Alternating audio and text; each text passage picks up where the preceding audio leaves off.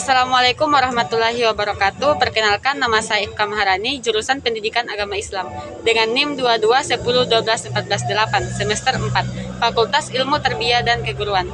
Pada kesempatan kali ini, saya akan menjelaskan sedikit mengenai konsep dan penerapan penilaian autentik berdasarkan tugas yang diberikan, yaitu evaluasi pembelajaran.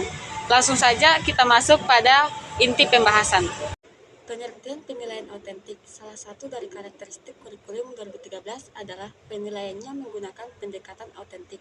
Penilaian autentik adalah proses mengumpulkan informasi oleh guru tentang perkembangan dan pencapaian pembelajaran yang dilakukan oleh peserta didik melalui berbagai teknik yang mampu mengungkapkan, membuktikan, atau menunjukkan secara tepat bahwa tujuan pembelajaran telah benar-benar dikuasai.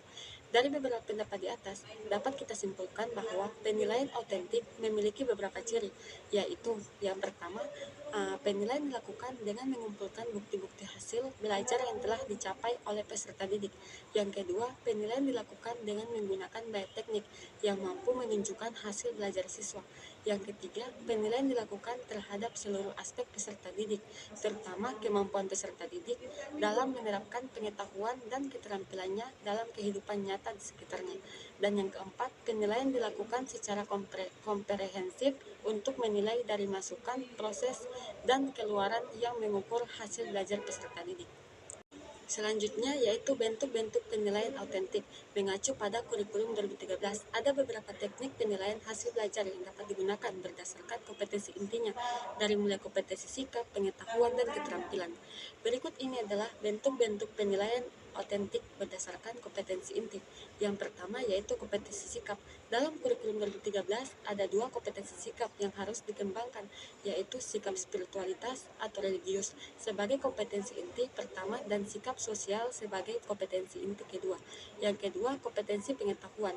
Kompetensi yang harus dikembangkan oleh guru adalah kompetensi pengetahuan peserta didik. Untuk menilai hasil belajar siswa pada aspek pengetahuan ini, ada beberapa teknik penilaian yang dapat digunakan, yaitu tes tulis, tes lisan, dan tes penugasan.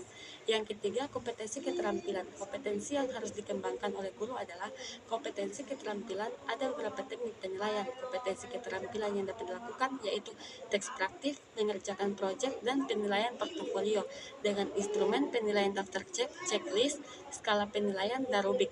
Yang keempat yaitu penilaian berorientasi HOTS, menjawab tuntutan dan tantangan kehidupan di abad 21. Maka dilakukan penyempurnaan kurikulum 2013 antara lain pada standar isi yang diperkaya dengan kebutuhan peserta didik untuk berpikir kritis, analisis kreatif, komunikatif, dan kolaboratif, dan sesuai dengan standar internasional.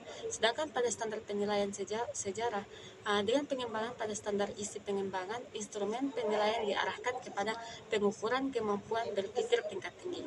Baiklah, kita masuk ke bagian D, penyusunan instrumen penilaian. 1. Penilaian kognitif. Dalam penulisan soal, dituntun untuk dapat menentukan perilaku yang hendak diukur dan merumuskan materi yang akan dijadikan dasar pertanyaan atau stimulus dalam konteks tertentu sesuai dengan perilaku yang diharapkan. Selain itu, uraian materi yang akan ditanyakan yang menuntut penalaran tinggi tidak selalu bersifat di dalam buku pelajaran.